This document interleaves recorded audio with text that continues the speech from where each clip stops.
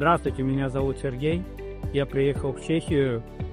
3 года уже в Чехии.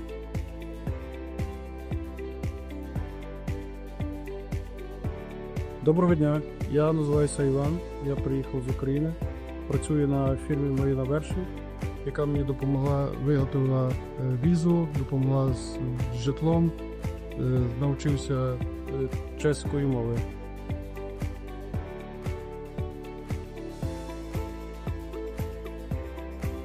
Привіт, я з України. В Маліні Верш вже працюю 2 роки водієм. Мені все подобається, рекомендую. Компания меня обеспечила жильем. Все объяснили, показали, научили, как с чем работать.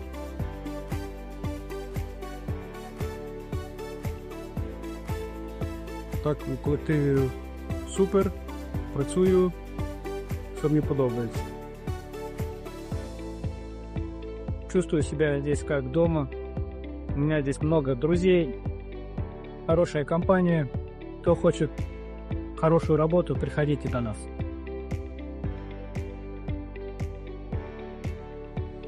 Ahoj, jmenuji se Lukáš, pracuji u Malina Vrše už 2 roky, je tady u nás super kolektiv a rozhodně se nebrání práci s cizinci.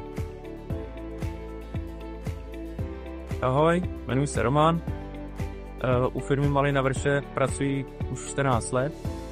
Pokud ti baví technika a stroje, určitě se můžeš stát součástí našeho týmu.